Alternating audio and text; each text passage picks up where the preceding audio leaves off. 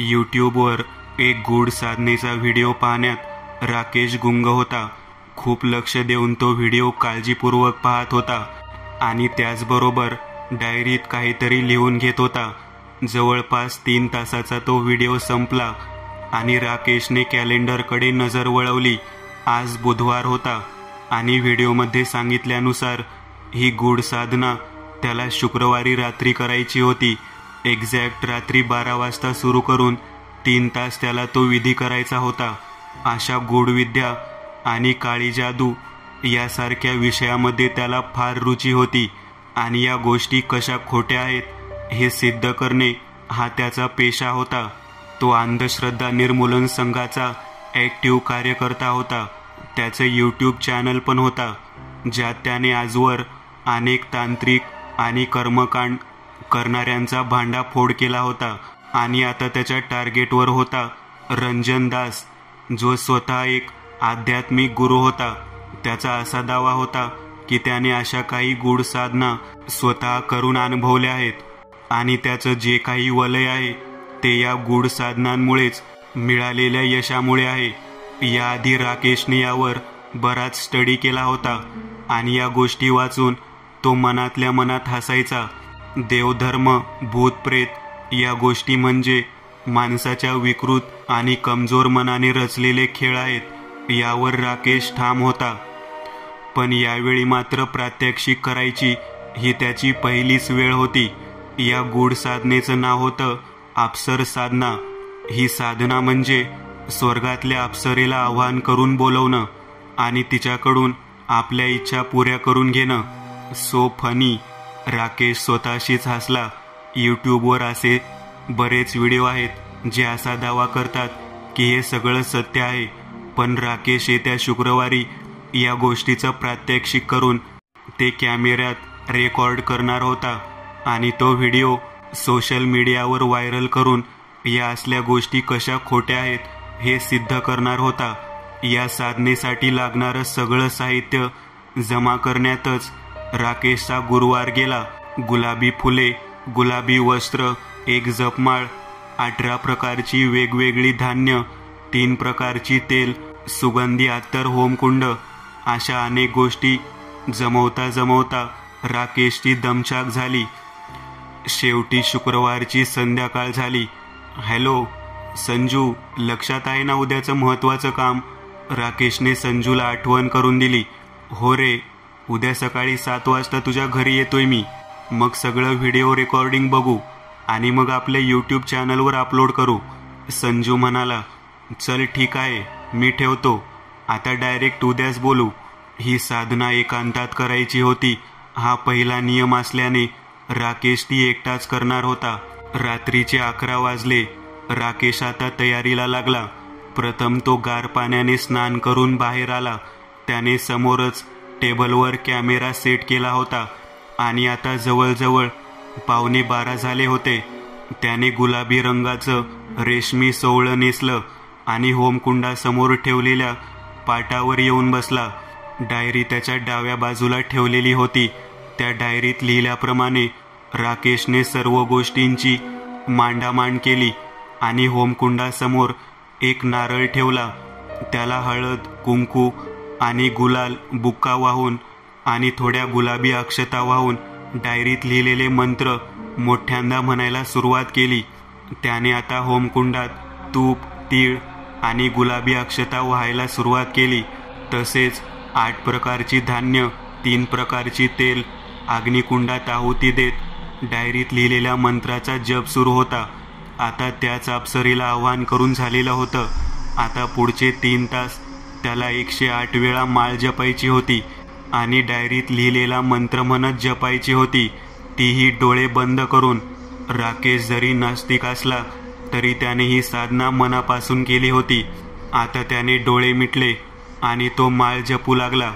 रात्रीचा 1 वाजला होता. सगळीकडे चिडीचूप शांतता होती. कसलाच आवाज नव्हता. राकेश आता माळ जपू लागला. मंत्र मनातल्या मनात म्हणू लागला आणि माळेचा एक एक मणी मागे ओढू लागला. 1, 2, 3, 4 करत करत आता जवळजवळ 107 वेळा माळ जपून झाली होती. घड्याळात आता 3:12 झाली होती आणि आता शेवटची एक वेळा माळ जपण्यासाठी राकेशने सुरुवात केली. घड्याळात आता 3:13 झाली आणि तितक्यात राकेशच्या मांडीला कोणीतरी त्याच्या शेजारी येऊन बसलंय असा आभास झाला. तो स्पर्श एकदम थंड होता. राकेश क्षणभर दचकला. डोळे उघडून बाजूला बघावं की खरंच कोणी आहे का, आपल्याला भास होत आहे असं राकेशला वाटलं. पण तितक्यात त्याला तो व्हिडिओ आठवला ज्यात अशाच प्रकारचे संकेत सांगण्यात आले होते. राकेश आतून घाबरला होता, पण 108वी माळ जपत होता. त्यामुळं तो डोळे न उघडता मन एकाग्र करून माळ जपत राहिला, मंत्र म्हणत राहिला. आता तो थंड स्पर्श त्याच्या मांडीवरून फिरू लागला, जसं काही कोणीतरी त्याच्या मांडीवरून हात फिरवतंय. आणि तितक्यात बाहेर कुत्र्यांच्या रडण्याचे, विवळण्याचे आवाज सुरू झाले.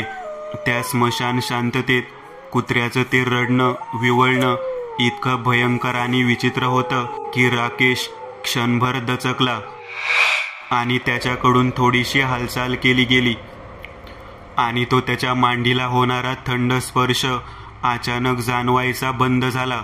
शेवटचा मणी मागे सरकवून राकेशने 108 वेळा माळेचा जप पूर्ण केला आणि माळ खाली ठेवली. आणि त्याच क्षणी बाहेरचा तो कुत्र्यांच्या रडण्याचा आवाज एकाएकी बंद झाला. राकेशचे डोळे अजूनही बंदच होते. तो डोळे उघडायला धजावत नव्हता, पण शेवटी त्याने हिंमत एकवटून हळूहळू डोळे उघडले आणि स्वतःच्या डाव्या बाजूला पाहिले. तिथं कोणीच नव्हते. त्याने सुटकेचा निश्वास टाकला. त्याने संपूर्ण खोलीवर एक नजर फिरवली. त्याला कोणीच दिसले नाही. त्याची नजर आता समोर अग्निकुंडा शेजारी ठेवलेल्या नारळावर पडली आणि त्याच्या अंगावर काटाच आला.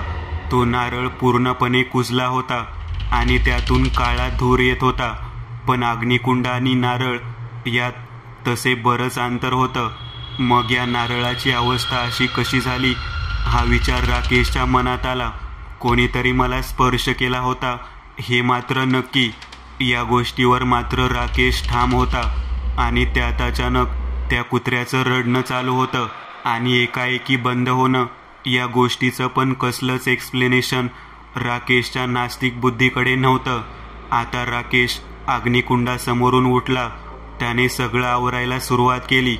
सगळं आवरून झालं. त्याने एक नजर घड्याळाकडे फिरवली. 4:30 वाजले होते. बाहेर तसा अंधारच होता. संजूला यायला तसा अजून बराच वेळ होता. तेवढ्या वेळात कॅमेऱ्यात जे काही शूट झालंय ते बघून घेऊ असं म्हणून राकेशने कॅमेरा हातात घेतला.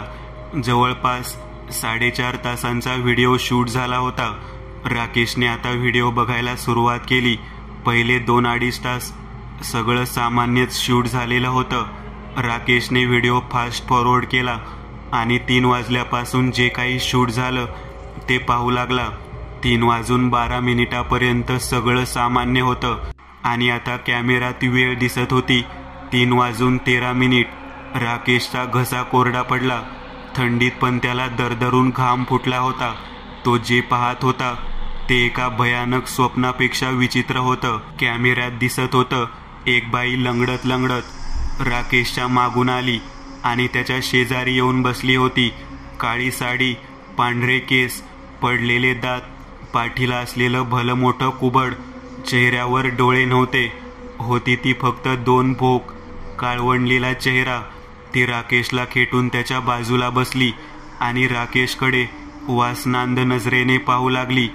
काही वेळाने ती त्याच्या मांडीवरून हात फिरवू लागली आणि त्याच वेळी ती राकेशकडे विकृत नजरेने पाहत होती. काही वेळ तसाच गेला होता. राकेशने माळ ठेवेपर्यंत ती कॅमेऱ्यात दिसत होती, पण जशी राकेशने माळ खाली ठेवली तशी ती उठून कुठेतरी नाहीशी झाली होती. राकेश ते व्हिडिओ फुटेज बघून चांगलाच घाबरला होता. त्या क्षणी त्याला सारखं असं वाटत होतं की ती त्याच्याच घरात अजूनही आहे आणि त्याच्या प्रत्येक हालचालीवर तिचं लक्ष आहे. थरथरत राकेश बेड शेजारी आला. घड्याळात पाहिलं तर 4:45 झाले होते. अजून उजडायला फार वेळ होता. सगळीकडे चिडीचूप शांतता होती. त्याचा अजूनही त्या व्हिडिओ क्लिपवर विश्वास बसत नव्हता, पण पुन्हा ती व्हिडिओ क्लिप बघायची त्याची हिंमत होत नव्हती, कारण त्या बाईचं विभत्स्य रूप इतकं भयंकर होतं की त्याची झोप उडाली होती. काय करावं या विचारात राकेश कितीतरी वेळ बेडजवळ जाऊन नुसता उभा राहिला. थोड्याशा आवाजाने सुद्धा तो दचकत होता आणि सारखा खोलीच्या प्रत्येक कोपऱ्यावर नजर फिरवत होता, पण तिथे कोणीच नव्हतं. 10-15 मिनिटांनी आता तो त्या खोलीतल्या शांततेला सरावला आणि बेडवर आडवा झाला. त्याने लाईट चालूच ठेवून झोपायचं ठरवलं. उशी डोक्याखाली घेतली आणि डोळे मिटून झोपायचा प्रयत्न करू लागला. डोक्यात तेच विचार चालू होते, पण रात्रभर जागा असल्यामुळे आता हळूहळू त्याला झोप येऊ लागली. 10-1 मिनिट झाली असावीत आणि तितक्यात एकदम लाईट गेले. मिटलेल्या डोळ्यांवरून जाणवणारी प्रकाशाची हलकी झालर एकदम नाहीशी झाल्यामुळे राकेश भानावर आला आणि हळूहळू डोळे उघडू लागला. खोली सगळीकडे अंधार झाल्यामुळे 2 ते 5 सेकंद त्याला काहीच दिसले नाही, पण काही क्षणात त्याचे डोळे त्या अंधाराला सरावले. त्याच्या बेडच्या अगदी समोर कोणीतरी उभा असल्याचं त्याला दिसलं. त्याच्या अंगावर सरकन काटा आला. ती मानव सदृश आकृती लंगडत लंगडत चालत त्याच्या बेडजवळ येऊ लागली. तिचा श्वास जोरजोरात चालू होता. राकेश ते सगळं पाहत होता. त्याचं हृदय जोरजोरात धडधडत होतं. ती आता अगदी त्याच्या बेडला खेटून उभी होती आणि तितक्यात लाईट आले आणि एक भयंकर बिभत्स्य रूप असलेली ती स्त्री त्याच्या दृष्टीस पडली. तिच्या चेहऱ्यावर एक विकृत स्मित होतं. डोळे तर नव्हतेच, होती ती फक्त 2 भोक. राकेशला ओरडायचं होतं, पण त्याचा आवाज घशातच कोंडला गेला होता. ती हळूहळू बेडवर चढू लागली. राकेशचं संपूर्ण शरीर सुन्न झालं होतं आणि ती त्याच्या शरीरावर ताबा घेऊ लागली. हा राकेश फोन का उचलत नाहीये? संजू 15 मिनिट झाले राकेशच्या घराची बेल वाजवत बाहेर उभा होता, पण राकेशचं दार बंदच होतं. म्हणून संजू राकेशला फोन करत होता. राकेश एक चावी डोअरमॅट खाली ठेवायचा ही गोष्ट संजूला आठवली आणि त्याने ती चावी लावून दार उघडलं. 2 खोल्यांचं ते घर होतं.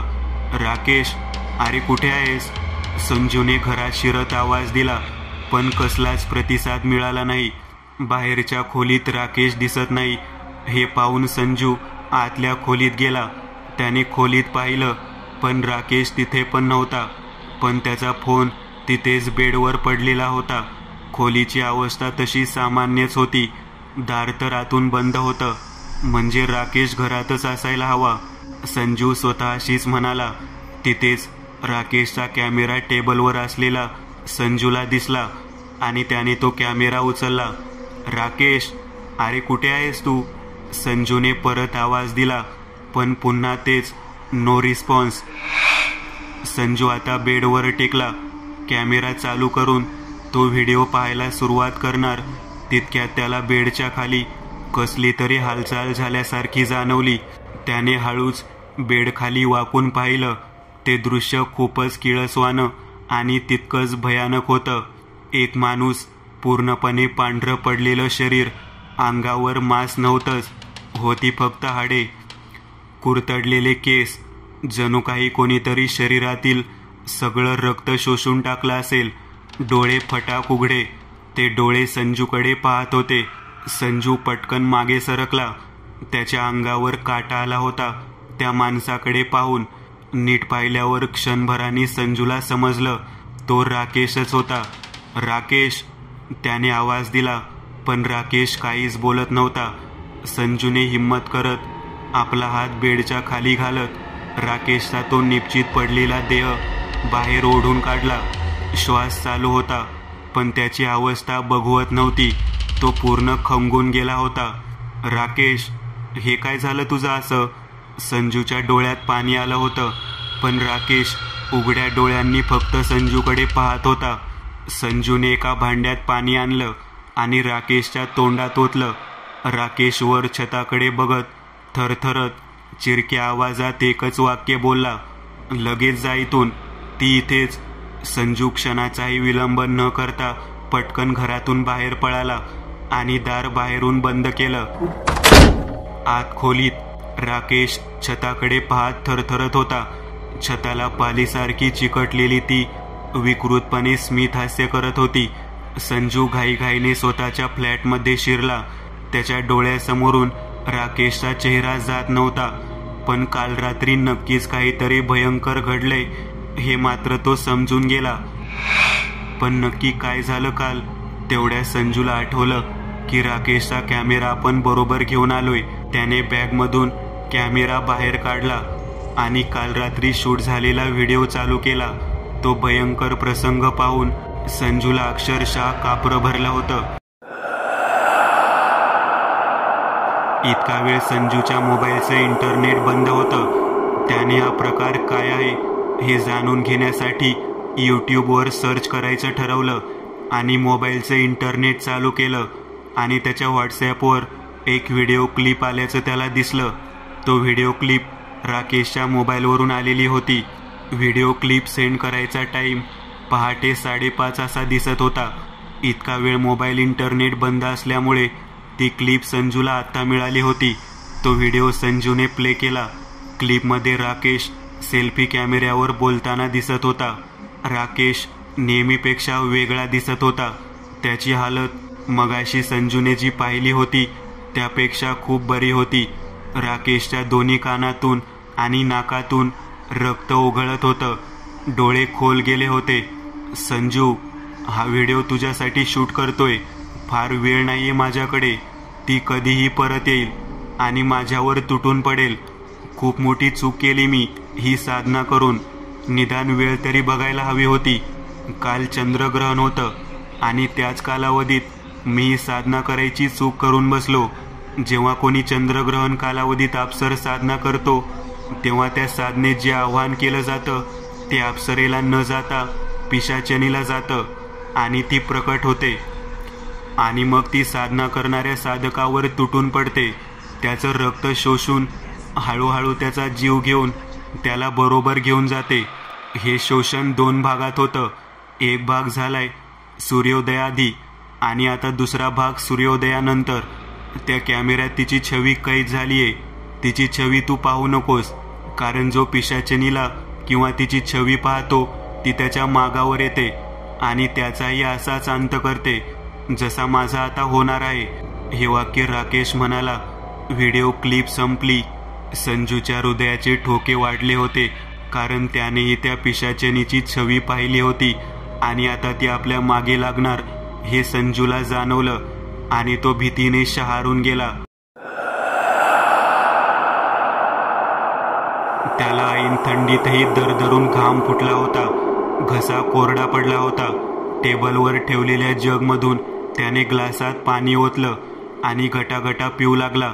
रंजनदास हा एकमेव माणूस आहे जो या प्रकारातून आपल्याला सोडवू शकेल हे संजूला समजलं.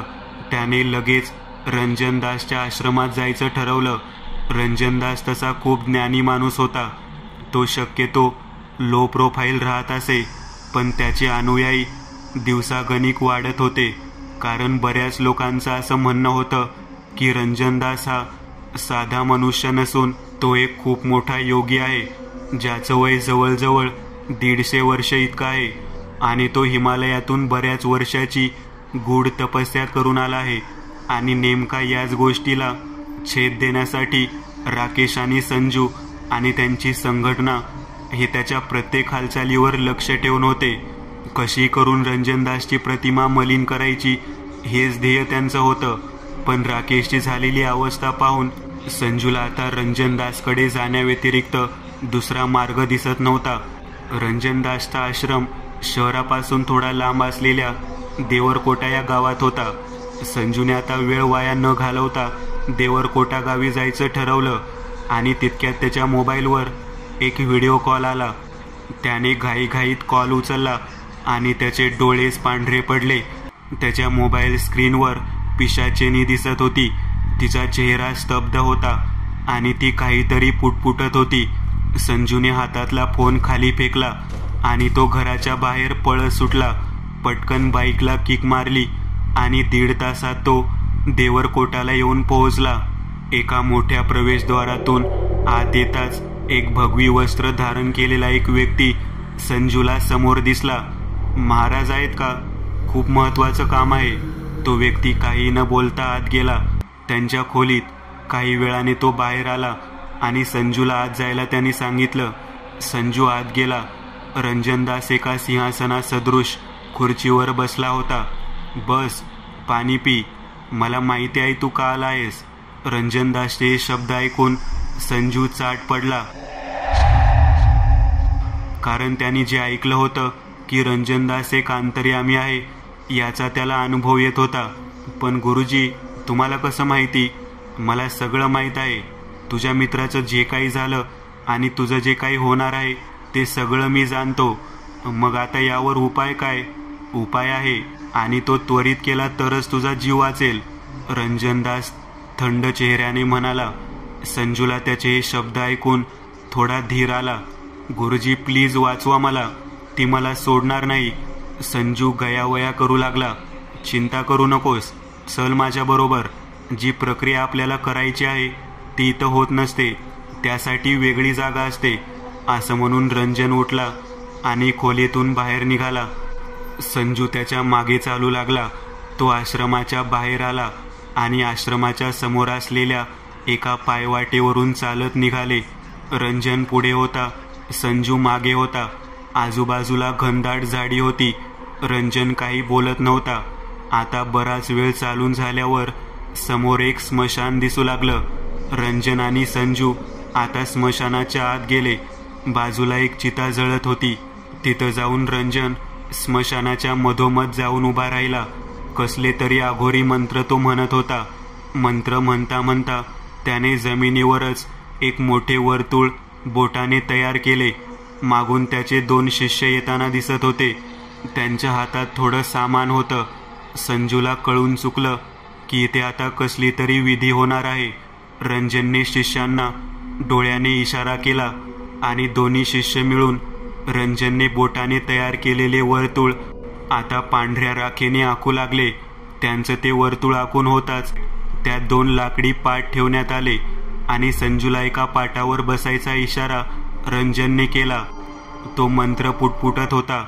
आतमध्ये लाकडे रचून एक अग्निकुंड तयार केलं गेलं. दोन्ही शिष्य वर्तुळाच्या आत येऊन बाजूला उभे होते. एकाएकी अग्निकुंडात अग्नी प्रकट झाला. लाकडं जळू लागली. तुझ्या मित्राने जो विधी केला तो ग्रहण कालावधीत केला, त्यामुळे ती पिशाचिनी आली. आता आपल्याला पिशाचनाशिनी यज्ञ करून तिला संपवावं लागेल, आणि तेही ग्रहण काळातच. तुझं नशीब चांगलं आहे की अजून 2 तास आहेत ग्रहण संपायला. तो कॅमेरा दे मला. रंजन म्हणाला. मी सांगत नाही तोवर डोळे उघडायचे नाहीत, अगदी काहीही झालं तरी. संजूने डोळे बंद केले. रंजन मंत्र म्हणू लागला आणि अग्निकुंडात काहीतरी आहुती देऊ लागला. हळूहळू तिथलं वातावरणच बदललं. संपूर्ण परिसरात धूरच धूर पसरला. अगदी शेजारी कोण बसलंय हे पण दिसत नव्हतं. अचानक संजूला त्याच्या शेजारी कोणीतरी अगदी खेटून बसलंय असं जाणवू लागलं आणि काही क्षणांनी एक थंड स्पर्श त्याला त्याच्या मांडीवरून फिरताना जाणवू लागला. भीतीने त्याचं अंग शहारलं होतं, पण डोळे उघडायचे नाहीत हे रंजनदासनी सांगितलं होतं. हळूहळू तो स्पर्श आता त्याला खूप विचित्र वाटू लागला आणि अचानक रंजनचे मंत्र त्याला ऐकू यायचे बंद झाले. काय करावं संजूला कळत नव्हतं, कारण तो स्पर्श त्याला आता शरीराच्या विविध भागांमध्ये प्रकर्षाने होत होता आणि तितक्यात त्याच्या मानेवर, छातीवर आणि गळ्यावर एकाच वेळी कोणीतरी जोरात दंश केल्याचं संजूला जाणवलं आणि तो किंचाळला. त्याने डोळे उघडले आणि त्याच्या पायाखालची जमीनच सरकली. त्याच्या शेजारी ती पिशाचिनी बसलेली होती आणि अचानक संजू भानावर आला. शेजारी कोणीच नव्हतं. समोर रंजन जोरजोरात मंत्र म्हणत होता. भास होतात अशा वेळी, लक्ष देऊ नकोस, रंजन म्हणाला आणि त्याने तो कॅमेरा आणि संजूचा मोबाईल अग्निकुंडात टाकला. त्यातून लाल धूर निघू लागला. काही वेळ तसाच गेला. आता अग्निकुंडात पूर्णपणे कॅमेरा आणि मोबाईल जळून खाक झाले होते. रंजन उभा राहिला. आणि संजू पण उठला. आता घाबरू नकोस, तुझ्यावरचं संकट टळलं आहे.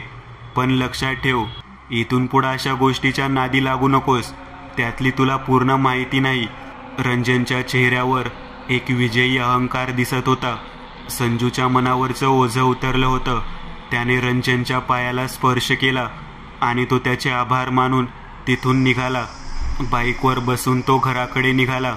घरी पोहोचला. खूप थकला होता, त्यामुळे आल्यावर तो पहिला बेडवर पडला आणि काही क्षणातच त्याला झोप लागली.